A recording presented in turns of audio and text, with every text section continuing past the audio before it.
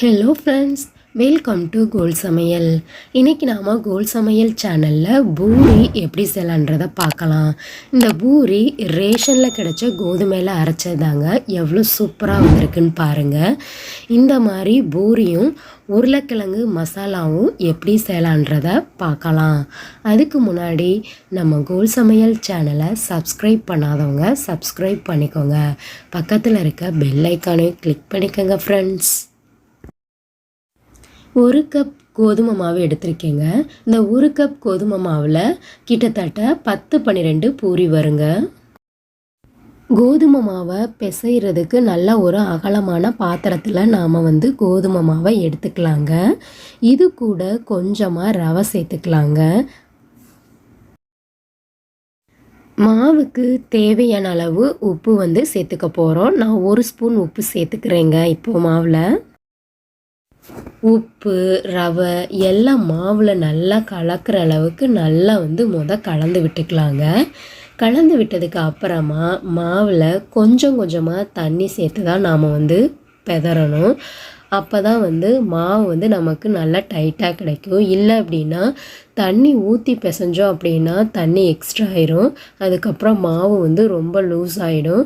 பூரி நமக்கு உப்பெல்லாம் எந்திரிச்சு வராது. அதனால் தண்ணி தேவைப்படும் போதெல்லாம் நம்ம இந்த மாதிரி லைட்டாக தெளித்து தான் நாம் மாவை பெதறணும். நல்லா இந்த மாதிரி கலந்து விட்டுக்கலாம். நல்லா டைட்டாக பிசையணும் மாவை. கூடவே 1 ஸ்பூன் ஆயில் சேர்த்துக்கலாங்க. சேர்த்துட்டு நல்லா மாவை பிசைஞ்சுக்கலாம். இந்த அளவு நாம் மாவை பிசைஞ்சதுக்கப்புறம் நல்லா அழுத்தம் கொடுத்து மாவை பிசையணுங்க.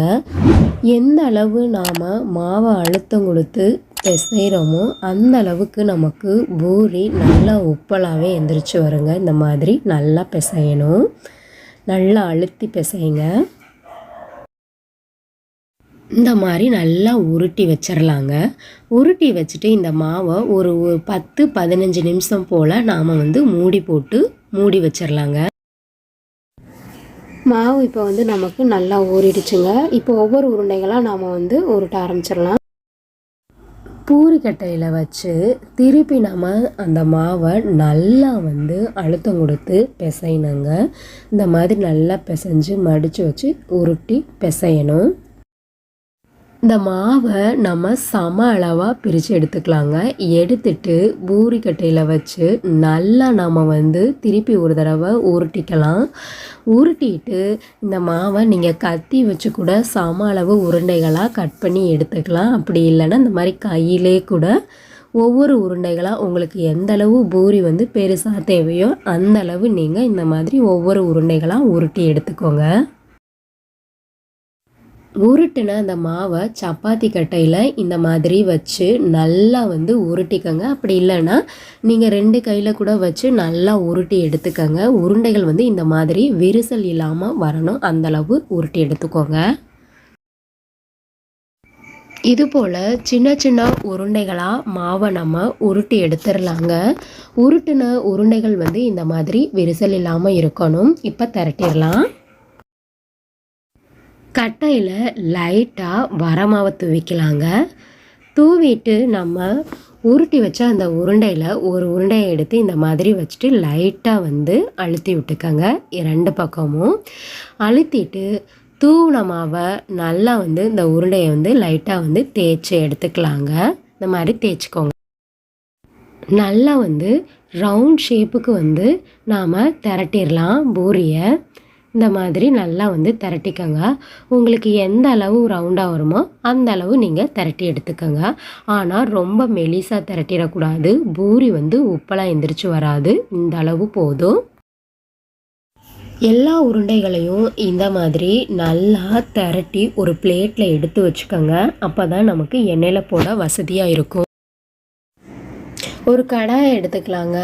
எடுத்துட்டு நாம் திரட்டி வச்சுருக்க பூரிகளுக்கு தகுந்த மாதிரி நம்ம ஆயில் சேர்த்துக்கலாம். ஆயில் சேர்த்துக்கிட்டதுக்கப்புறம் நல்லா எண்ணெய் காயணும். நம்ம திரட்டி வச்ச பூரிகளை ஒன்றா எடுத்து நம்ம இந்த மாதிரி போட்டுட்டு கரண்டியை மேலே வச்சு லைட்டாக அழுத்தணும். இந்த மாதிரி அழுத்துனீங்க அப்படின்னா பூரி பார்த்திங்கன்னா நல்லா எலும்பி வரும். இப்போ பார்த்தீங்கன்னா நமக்கு சூப்பராக பூரி குண்டு குண்டுன்னு வந்திருக்கு பாருங்கள். இந்த வீடியோ உங்களுக்கு பிடிச்சிருந்தா நம்ம கோல் சமையல் சேனலை சப்ஸ்கிரைப் பண்ணிக்கோங்க. மறக்காமல் பெல் ஐக்கானை கிளிக் பண்ணிக்கோங்க ஃப்ரெண்ட்ஸ். இப்போ பார்த்தீங்கன்னா பூரி நமக்கு சூப்பராக வந்திருக்கு. நல்லா திருப்பி விடணும். இந்த மாதிரி திருப்பி விட்டால் தான் ரெண்டு பக்கமும் சமமாக பூரி வேகும். ரெண்டு பக்கமுமே ப்ரௌன் கலராக வந்ததுக்கப்புறமா நாம் பூரியை வெளியில் எடுத்துடலாம். இப்போ நல்லா திருப்பி விட்டுட்டு இப்போ ரெண்டு பக்கமே நல்லா ப்ரௌன் கலராக வந்துருச்சு. பூரியை இப்போ வெளியில் எடுத்துடலாங்க. இதே போல் நாம் திரட்டி வச்சுருக்க ஒவ்வொரு பூரியையும் இந்த மாதிரி எண்ணெயில் போட்டுட்டு லைட்டாக கரண்டியை மேலே வச்சு அழுத்தினோம்னாவே போதுங்க. இந்த மாதிரி நல்லா எலும்பி வரும். எல்லா பூரிகளையுமே இந்த மாதிரி நாம் எண்ணெயில் போட்டு எடுத்துக்கலாம். இதே போல் நீங்களும் ஒரு தடவை ட்ரை பண்ணி பாருங்கள். ரேஷனில் கிடச்ச கோதுமையில் தான் பண்ணியிருக்கேன். ரொம்பவே சூப்பராக வந்திருக்குங்க. நீங்களும் ஒரு தடவை இந்த மாதிரி பூரி செஞ்சு பாருங்கள் வீட்டில். பாருங்கள், ரொம்பவே சூப்பராக வந்திருக்கு. நல்லா இந்த மாதிரி ரெண்டு பக்கம் திருப்பி விட்டுட்டாவே போதும். அவ்வளோதான், நமக்கு பூரி ரெடி ஆயிரும். இப்போ நம்ம பூரியை வெளியில் எடுத்துடலாம். அவ்வளோதான். பூரிக்கு உருளைக்கிழங்கு மசாலா ரெடி பண்ணிடலாங்க. அதுக்கு நான் 3 உருளைக்கிழங்கை வேக வச்சு எடுத்துக்கலாங்க. 2 மீடியம் சைஸ் பெரிய வெங்காயத்தை எடுத்து இந்த மாதிரி கட் பண்ணி வச்சுருக்கேங்க. 2 மீடியம் சைஸ் தக்காளியை நல்லா பழமாக எடுத்து கட் பண்ணிக்கோங்க. இஞ்சி பூண்டு தட்டி வச்சுருக்கேன். 1 ஸ்பூன் சோம்பு, 2 பச்சை மிளகாய், 1 ஸ்பூன் கடலைப்பருப்பு, தாளிக்க கொஞ்சமாக கருவேப்பிலை எடுத்துருக்கேங்க. ஒரு கடாயை எடுத்து அடுப்பில் வச்சுக்கலாம். இப்போ தேவையான அளவு எண்ணெய் சேர்த்துட்டு கடுகு 1 ஸ்பூன் சேர்த்துக்கலாங்க. சேர்த்துட்டு நல்லா கடுகு பொரிஞ்சதுக்கு அப்புறமா நாம் கடலைப்பருப்பை சேர்த்துக்கலாங்க. கடலைப்பருப்பை சேர்த்துட்டு கடலைப்பருப்பு கொஞ்சம் நல்லா பொரியணும். அப்புறம் சோம்பை சேர்த்துக்கலாம். நறுக்கி வச்சுருக்க பெரிய வெங்காயத்தை இது கூட சேர்த்துக்கலாங்க. பச்சை மிளகாய் சேர்த்துக்கலாம். கொஞ்சமாக கருவேப்பிலை சேர்த்துக்கலாம். சேர்த்துட்டு நல்லா இந்த மாதிரி கிண்டி விட்டுக்கோங்க. வெங்காயம் நல்லா வதங்கணுன்ற அவசியம் இல்லைங்க. ஒரு பாதி அளவு வதங்கினா போதும். அந்த அளவு நல்லா இந்த மாதிரி வதக்கி விட்டுக்கலாம். இதுக்கப்புறமா நாம் தட்டி வச்சுருக்க இஞ்சி பூண்டு அதை இது கூட சேர்த்துக்கலாம். சேர்த்துட்டு இஞ்சி பூண்டு பச்சை வாடை போகிற வரைக்கும் நாம் இந்த மாதிரி கிண்டி விட்டுக்கலாங்க. நல்லா இந்த மாதிரி கிண்டி விட்டுக்கோங்க. இப்போ நறுக்கி வச்சுருக்க தக்காளியை இது கூட சேர்த்துடலாம். தக்காளி வதங்கிறதுக்காக கொஞ்சமாக உப்பு சேர்த்துக்கலாங்க. உப்பு சேர்த்துட்டு நல்லா கிண்டி விட்டுக்கோங்க. தக்காளி நல்லா மசிஞ்சிடணுங்க. அப்போ தான் உருளைக்கிழங்கு மசாலா நமக்கு சூப்பராக இருக்கும். இது கூட 1 ஸ்பூன் மஞ்சத்தூள் சேர்த்துக்கலாம். சேர்த்துட்டு நல்லா இதை கிண்டி விட்டுக்கோங்க. மஞ்சத்தூள் நல்லா எல்லா பக்கமும் கிண்டி விட்டுக்கோங்க. இப்போ வெங்காயம் தக்காளி எல்லாமே நமக்கு சூப்பராக நல்லா வதங்கிருச்சு. இது கூட வேக வச்சுருக்க உருளைக்கிழங்க எடுத்து ஒன்றும் பாதியமாக இந்த மாதிரி உடச்சி விட்டுக்கோங்க. உடச்சி விட்டுட்டு நாம் சேர்த்துக்கலாம். சேர்த்துட்டு நல்லா கிண்டி விட்டுறலாம். நல்லா இந்த மாதிரி கலந்து விட்டுருங்க. கலந்து விட்டுட்டு நான் ஒரு உருளைக்கிழங்கை நல்லா நைஸாக இந்த மாதிரி தண்ணி ஊற்றி கரைச்சி வச்சுருக்கேன். அதை இது கூட சேர்த்துக்கலாம். கடலை மாவுக்கு பதிலாக நாம் இந்த மாதிரி உருளைக்கிழங்கு கரைச்சி இது கூட சேர்த்துக்கிறோம். கொஞ்சமாக தண்ணி சேர்த்துக்கோங்க.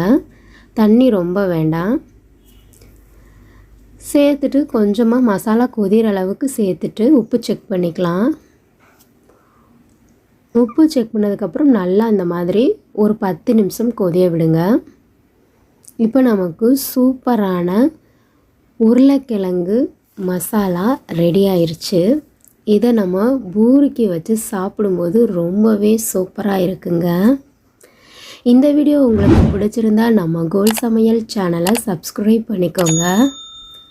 மறக்காமல் பெல் ஐக்கானையும் கிளிக் பண்ணிக்கோங்க ஃப்ரெண்ட்ஸ். தேங்க்யூ.